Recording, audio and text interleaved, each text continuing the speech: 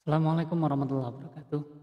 Pada bagian ini akan kita bahas tentang bagaimana menyusun atau membangun suatu website yang sudah kita buat kemarin pada part 1, yang sudah kita buat aksesnya untuk beberapa orang. Pada bagian ini akan kita bahas tentang bagaimana membuat situs yang sudah dibuat ya. Dalam hal ini situs ini ya, situs akademik ini, situs sistem akademik. Situs ini akan kita edit agar nanti supaya bisa berfungsi sebagai sistem informasi manajemen. Artinya kita ingin membuat situs ini itu nanti bisa diakses sekaligus orang yang melihat bisa melakukan input. Contoh, misalnya pembuatan sistem pesantren, di mana nanti santri bisa memberikan survei di dalamnya. Jadi santri yang melihat situs ini nanti bisa misalnya absen, guru-guru bisa mengakses sekaligus absensi, bisa juga misalnya mengupload file. Jadi situs ini bukan hanya satu arah dari lembaga kepada masyarakat, bukan seperti itu. Tapi dari masyarakat pun nanti bisa melakukan input data, lalu situs ini nanti bisa memproses, sekaligus bisa menampilkan hasilnya. Contoh paling gampang, misalnya lembaga ini kan misalnya lembaga yang sedang membuat situs ini saya katakan adalah bidang akademik. Bidang akademik dalam suatu kampus. Bidang akademik ini sedang ingin membuat survei kepuasan mahasiswa tentang pelayanan akademik misalnya gitu. Maka dari itu saya akan membuat sistem informasi akademik ini, bidang akademik ini, di mana di dalamnya nanti akan ada form, di mana form itu nanti bisa diisi oleh semua mahasiswa yang mengakses situs ini. Dan hasil dari surveinya nanti akan langsung ditampilkan di situs tersebut. Bagaimana caranya? Kita coba buka dulu untuk situsnya. Dari situs ini kita akan langsung membuat halaman di bawahnya, konten di bawahnya, di mana kita akan memanfaatkan dua alat utama yaitu Google Formulir dan juga Google Spreadsheet atau Google Sheet gitu ya. Oke. Caranya sisipkan, akan lebih mudah kalau kita langsung masuk ke layout saja, walaupun bisa kita pilih yang di bawah ini. Tapi kalau mau lebih rapi, pilih saja layout yang pengen dipilih. Apakah layout yang semacam ini, 2 itu persisian, atau 2 semacam ini, 3 atau seperti ini. Tapi mungkin akan saya coba buat dengan yang agak standar.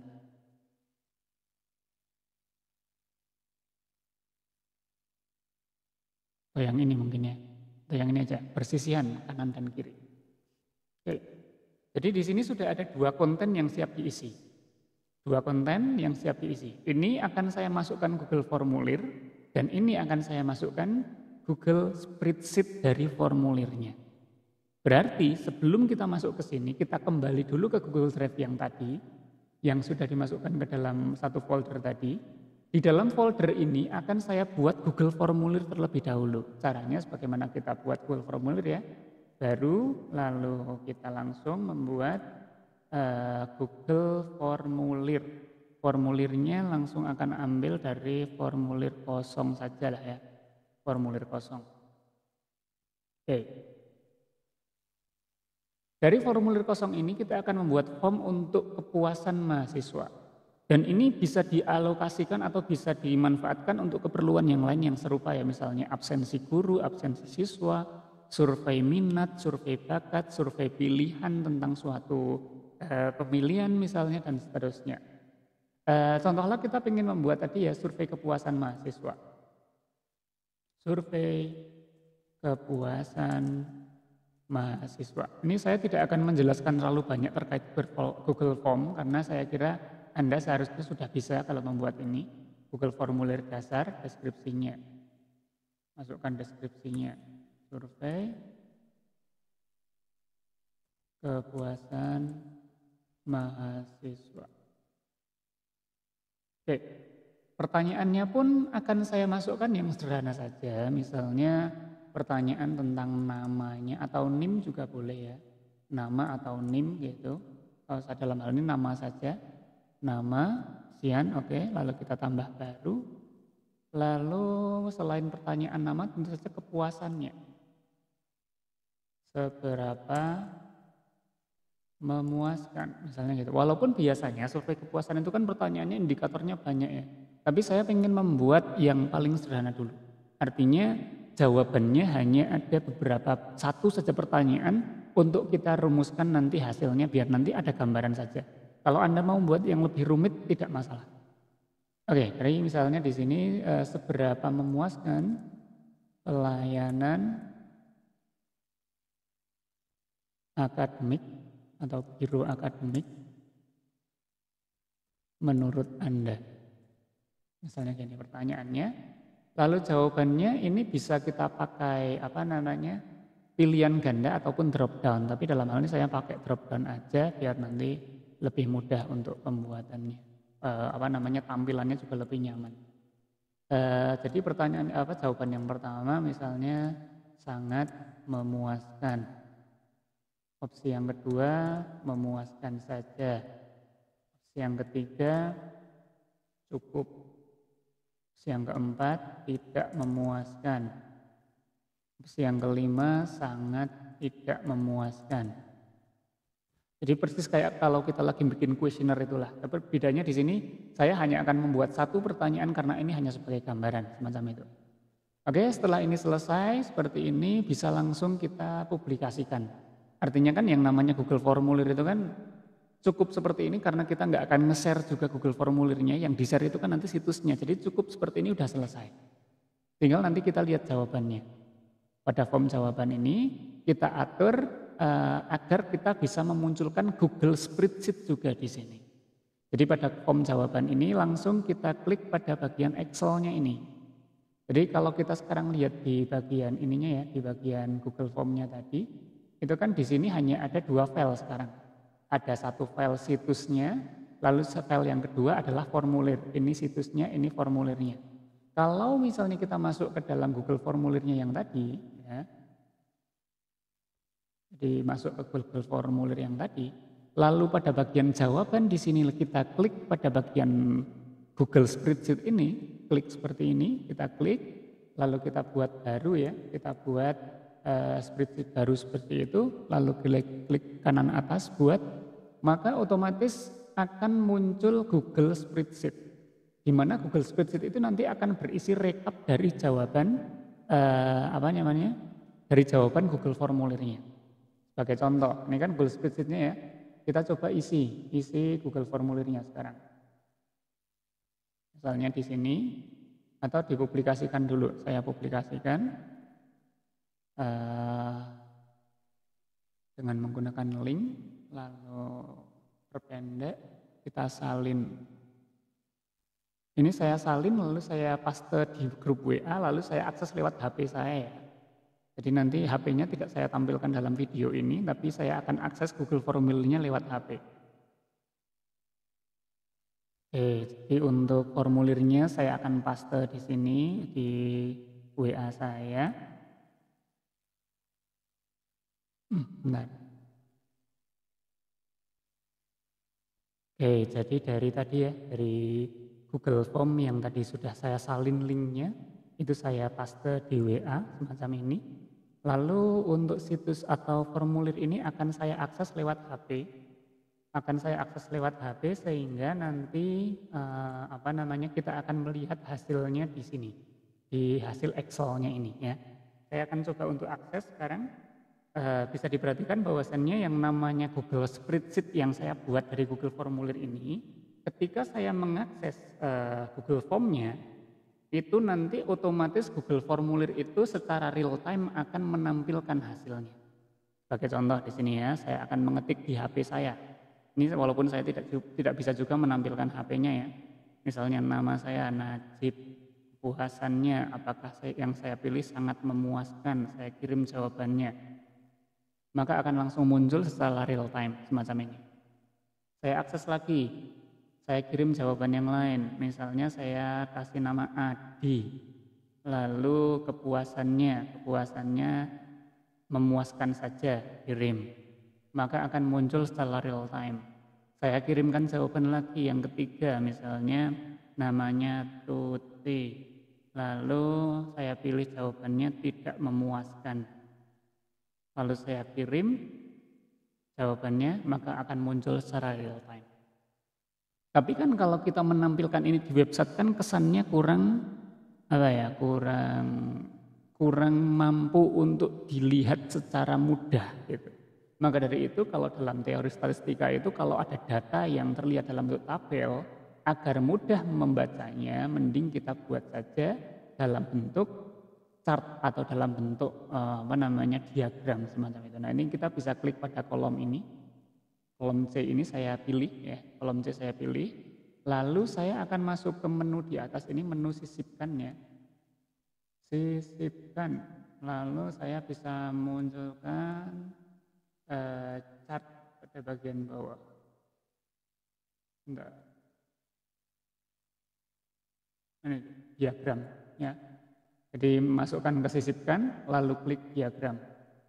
Pada diagram ini kita bisa memilih diagram yang ingin kita cantumkan ya, apakah diagram batang ataukah diagram seperti apa. Bentar.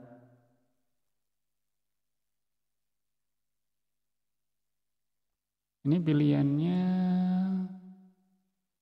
ada diagram kolom atau coba saya pilih yang lain. Jangan kolom. Saya klik pada diagram kolomnya untuk memilih jenis diagramnya ya. Saya pilih saja diagram lingkaran yang seperti ini. Oke, jadi jenis diagramnya diagram seperti ini. Ini ada pemberitahuan apa ini?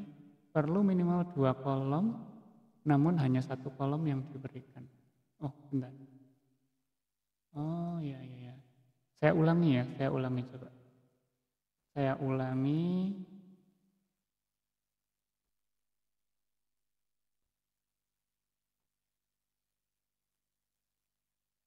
Saya seleksi aja seperti ini. Jadi saya buat agar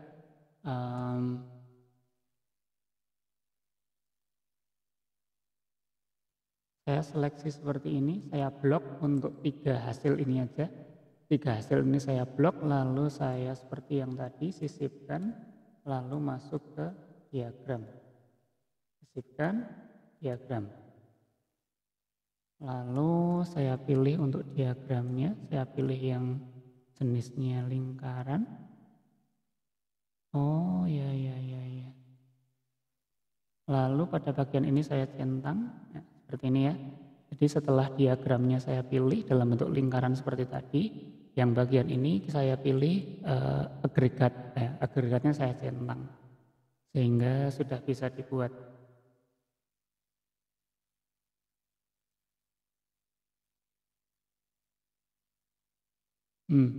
Oke.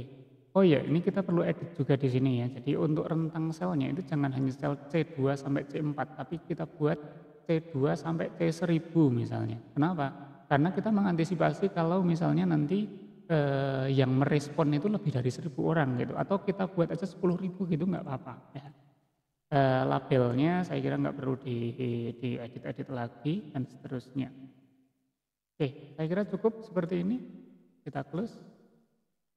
Maka sudah muncul diagram di sini. Nah, diagram ini tinggal kita geser pada bagian sampingnya sini bisa. Oke. Sudah seperti ini, maka kita tinggal menambahkan diagram ini pada websitenya. Gitu. Jadi setelah muncul diagramnya, di mana diagram ini sudah kita set dari C2 sampai C10.000 ke bawah gitu ya. Artinya siapapun yang mengisi jawaban lalu jawabannya nanti akan muncul di sini, jawaban kepuasannya nanti akan muncul di sini, otomatis akan dimasukkan ke dalam diagram. Kita contohkan lagi coba ya. Saya akan mengakses kembali untuk Google Form-nya lewat HP. Saya akan masukkan jawaban yang lain sekarang, misalnya namanya Ani. Lalu untuk kepuasannya misalnya sangat tidak memuaskan, saya kirim, maka secara otomatis diagramnya akan berubah. Di sini berubah, sini akan berubah. Akan lebih menarik lagi kalau diagramnya ini juga kita sisipkan ke dalam websitenya. Jadi setiap kali ada orang yang mengisi formulir di website, maka otomatis diagramnya akan menampilkan hasilnya. Caranya berarti kita tinggal kembali ke websitenya sekarang. Sini kan, kita masuk ke websitenya. Untuk yang sini kita masukkan Google formulirnya. Plus, lalu kita masukkan Google Formulir. Oh maaf, nggak ada.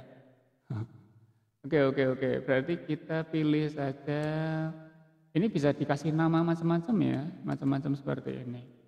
Kalau mau pilih Google Formulir bisa seperti ini, lalu bisa juga pilih dari Drive, nanti dipilih Google Formulirnya gitu ya. Tapi ternyata di sini tidak ada menunya, maka kita langsung masuk ke sisipkan saja, ke sisipkan, lalu berarti ini saya hilangkan aja ya, karena kalau seperti ini ternyata nggak bisa pakai ini, jadi kita Ctrl Z saja di sini sehingga hilang. Saya masuk ke sisipkan, saya masuk ke Google Formulir pada bagian bawah sini, ada formulir ini, formulir saya pilih. Setelah itu secara otomatis nanti website ini akan mencari seluruh formulir yang barusan saya buat atau yang pernah saya buat. Dalam hal ini saya pilih Google Formulir yang barusan saya buat, yaitu survei kepuasan mahasiswa ini. Saya pilih Google Formulir ini, saya klik 2 kali, maka secara otomatis akan langsung masuk ke dalam website saya. Akan masuk ke sini, tinggal diatur aja, ngaturnya pun mudah, sebagaimana kayak ngatur gambar di Canva gitu, atau ngatur gambar di PowerPoint gitu ya. Saya kayaknya perlu geser ini sedikit ke kiri. Oke, seperti ini. Lalu mungkin perlu diperkecil sedikit ya, agar nanti chartnya bisa saya tampilkan di sini. Jadi pada intinya nanti Google Formulir ini ketika orang membuka websitenya itu bisa langsung ngisi formulirnya langsung di website semacam itu. Yang kedua, saya akan sisipkan chartnya sekarang. Berarti cara untuk menyisipkan chart, saya kembali ke menu sisipkan, lalu saya pilih chart. Chart ada pada bagian, ini dia, bagian bawah diagramnya. Jadi sisipkan diagram. Pada bagian diagram ini saya tinggal mengakses Google Spreadsheet yang tadi saya buat. Google Spreadsheet-nya kan ini yang tadi saya buat. Atau kalau di Drive-nya, kalau di Google Drive-nya sekarang kan sudah ada 3 file di sini.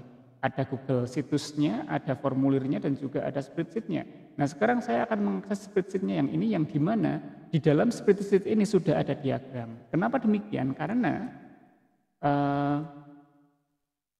di dalam situs ini, di dalam spreadsheet ini itu sudah mengandung diagram. Jadi ketika ini saya klik menu sisipkan lalu saya pilih diagram, maka otomatis situs atau Google Site ini nanti akan mencari seluruh Google Form atau seluruh Google Formulir, seluruh Google Spreadsheet yang di dalamnya memuat diagram. Dalam hal ini di sini ada ini yang barusan tadi kita buat, kita klik 2 kali, maka otomatis akan langsung masuk ke dalam spreadsheet-nya. Kok belum muncul? Enggak. Oke, sudah muncul. Lalu pada bagian ini kita klik diagramnya, ya. Muncul ini, kita klik diagramnya, kita klik tambah. Dan otomatis di sini akan muncul diagramnya. Saya ingin agar diagramnya itu ada di sampingnya ya.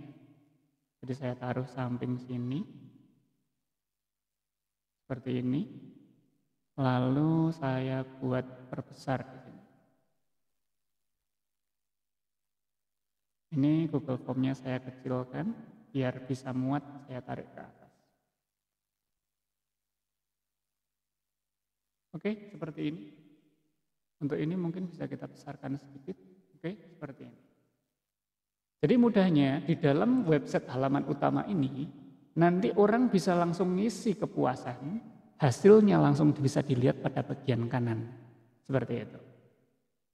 Sebagai contoh, nanti misalnya kita langsung akses saja nanti ya. Jadi pada intinya kalau sudah seperti ini sudah masuk ke dalam ranah sistem informasi manajemen. Kenapa? Karena setiap orang yang mengakses website ini langsung bisa ngisi form dan hasilnya langsung ditampilkan di sebelahnya. Bagaimana kita contohkan tadi ketika membuka Google Spreadsheet-nya.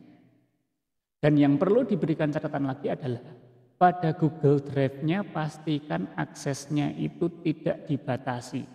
Jadi kita coba masuk ke Google Drive yang tadi ya. Google Drive yang isinya 3 tadi. Ini kan ada folder. Foldernya namanya folder coba. Folder coba ini kita harus kelola aksesnya agar tidak dibatasi. Pada bagian sini kita klik drive saya dulu. Pada drive saya ini, pada bagian coba ini, saya klik saja satu kali. Setelah itu saya kembali ke sini dan pada bagian kanan saya klik kelola akses. Pada bagian kelola akses ini saya pastikan bahwasannya aksesnya ini tidak dibatasi. Artinya aksesnya adalah akses umum, siapa saja yang memiliki link itu bisa mengakses. Jadi kelola akses, lalu siapa saja yang memiliki link itu bisa, jangan dibatasi. Gitu. Jadi kan pilihannya ada dua, ini pastikan yang di bawah yang diklik. Kenapa? Agar nanti chart atau diagramnya itu bisa dilihat semua orang. Formulirnya itu juga bisa diakses oleh semua orang. Tinggal klik, selesai.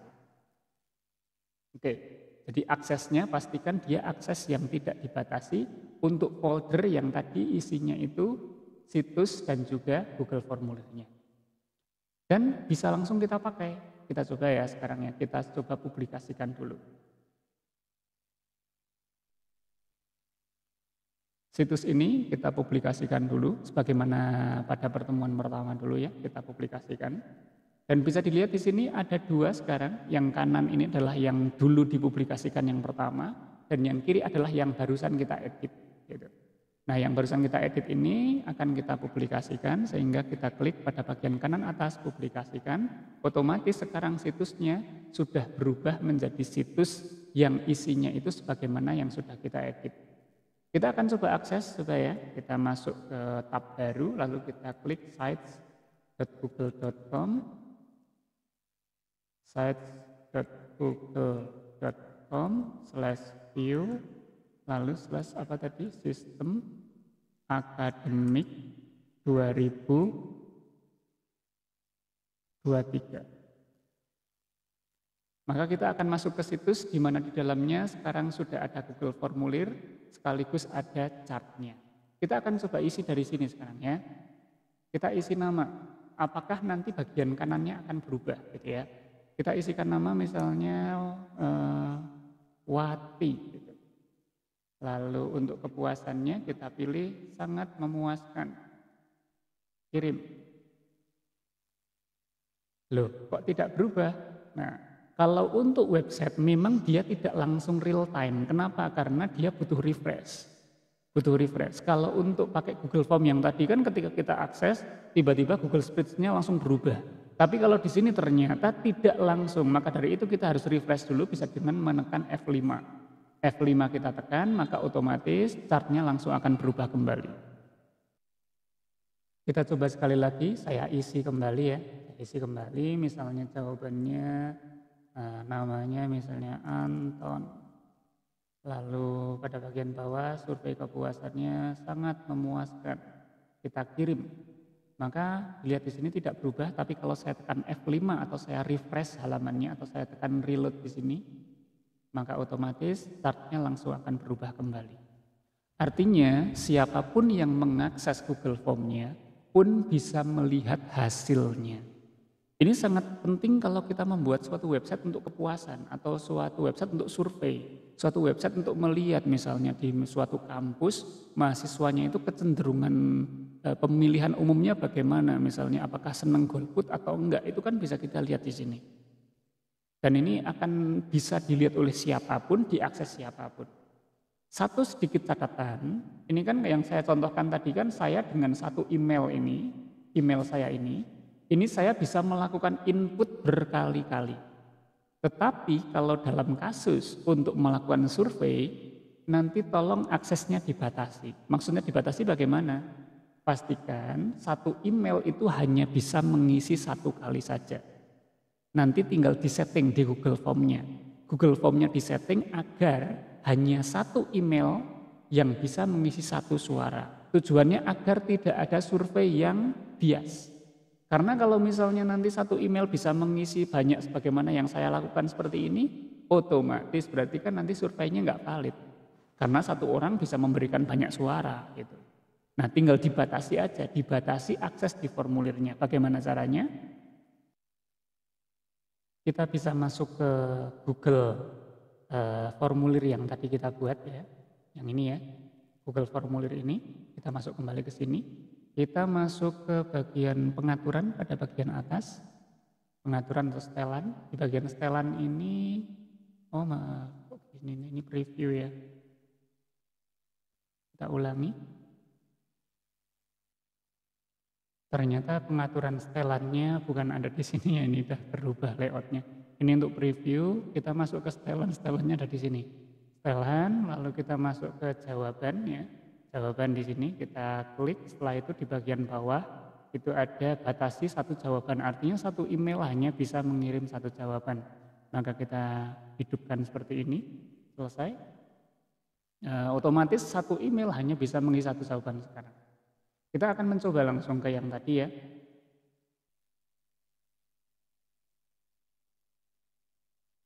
Kita akan coba isi di sini nama, kita ke previewnya dulu.